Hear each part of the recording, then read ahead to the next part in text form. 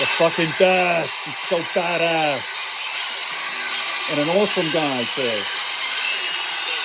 Greatest walkout song. And one of the top 10. That's so... Oh, man, I get chills watching it. The former UFC welterweight champion who has a different look in his eyes here as he entered the octagon than he did prior to the Sarah fight. George St. Pierre. Mike, I was just about to talk about the look in his eyes. This is the look that we saw when he fought Frank Tripp.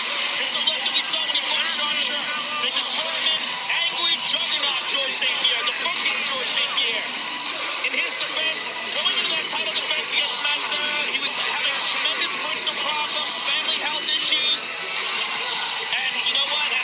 Anything like that can distract you in the middle of a huge event like defending the World Championship, the Ultimate Fighting Championship. I mean, it's a very difficult task. And it's a very difficult thing to sort out your emotions. Now that he's with Frank Jackson, he's training down there in New Mexico.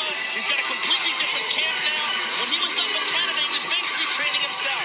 He would go to a separate boxing training. He'd go to a separate jiu-jitsu training.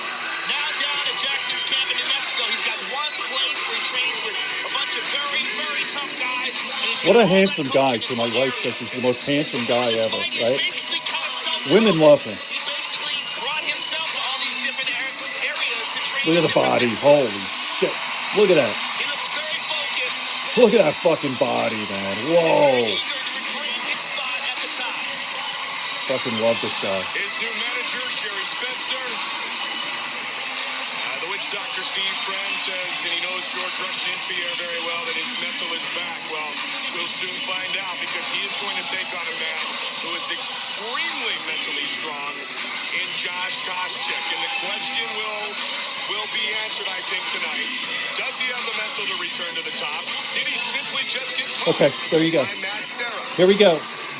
Tabor Talk. Everyone, welcome to Tabor Talk. So I'm bundled up. It's not cold. It's going to be beautiful today. You know, it's only 8:30. What time is it? It's 9:17, but it's going to go up to 71, and it's going to be a perfect day here in the Catskills. Madeline and I are going to have a picnic. Okay, getting right into it. So I've been listening to a lot of older Joe Rogan podcasts and a lot of the MMA stuff. So back in April 2018, my favorite guy ever, George St. Pierre. I've been following this guy since the beginning, and I actually wrote down a couple of notes. When he beat Matt Serra, April 7th, 2007. Now, I had been following George before. I watched all the UFCs. And by the way, in 2006, I started training at Matt Serra's gym. And this was right after Matt won the Ultimate Fighter. And then he had the fight set up for... Well, actually, initially, it was supposed to be Matt Hughes and George St. Pierre. But George St. Pierre, the second time, just fucking crushed him.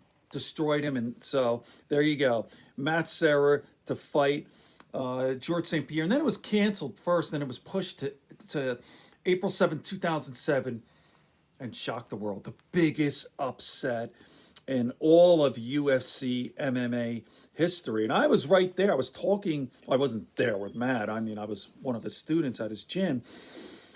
But, you know, the build-up, and no one thought, well, people at our gym said, Matt, you knew how awesome Matt was, that he was going to beat St. Pierre. But what a night that was.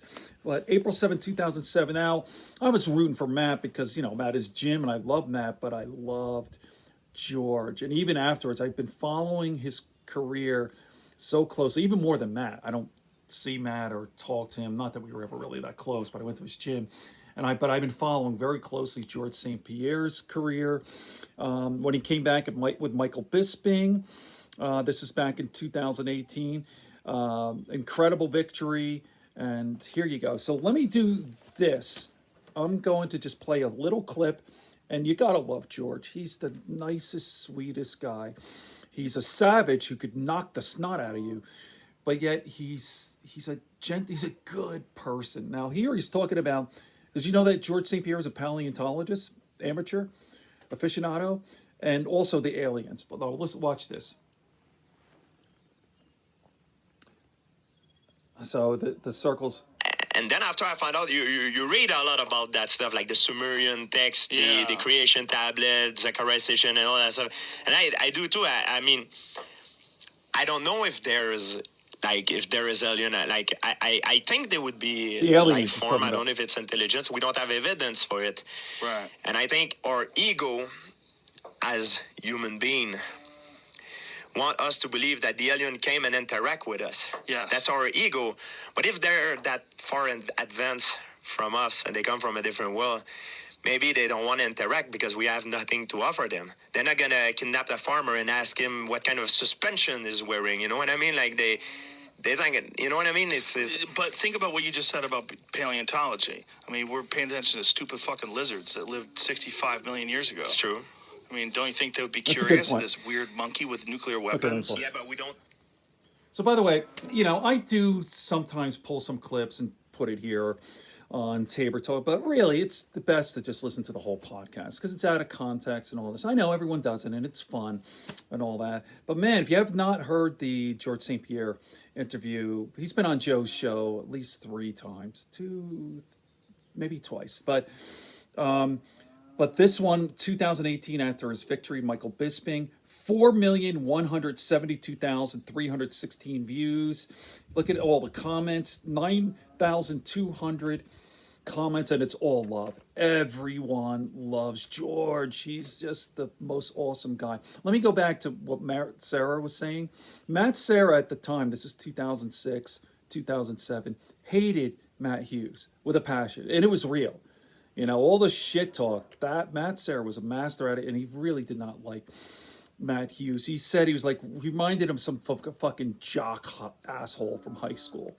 Not that Matt Serra was ever picked on. Matt Serra was the number 1 guy in high school. By the way, I grew up, not to digress, but Long Island, everyone knows from Long Island, Matt Serra was the toughest guy around. Small guy, as we know, but man, was he fucking badass, even before his Brazilian Jiu-Jitsu training and all that.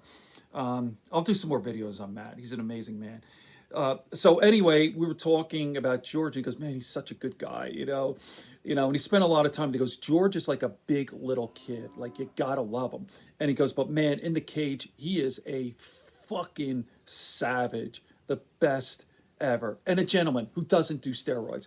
Okay, I'm gonna wrap this up. I'm gonna hold up 2 books that you must read. MMA fans, the history of MMA. This is really the Bible. So here's the first one, and I read this back in 2007. No Holds Barred by Clyde Gentry, the second, I believe, if his name is. But Clyde Gentry, it doesn't matter. The third. This first one here is Chuck Liddell, and then this is the second edition, or may even be the third edition to No Holds Barred. And I'm reading this again. I've not read this one, but I read this one a couple of times, and I'm reading it again. If you love the sport of UFC, MMA, all of it, combat sports, you got to read these 2 books. All right, I'm 6 minutes in. Have a great day, everyone. Good friends, good books, and a sleepy conscience. George St. Pierre is the shit.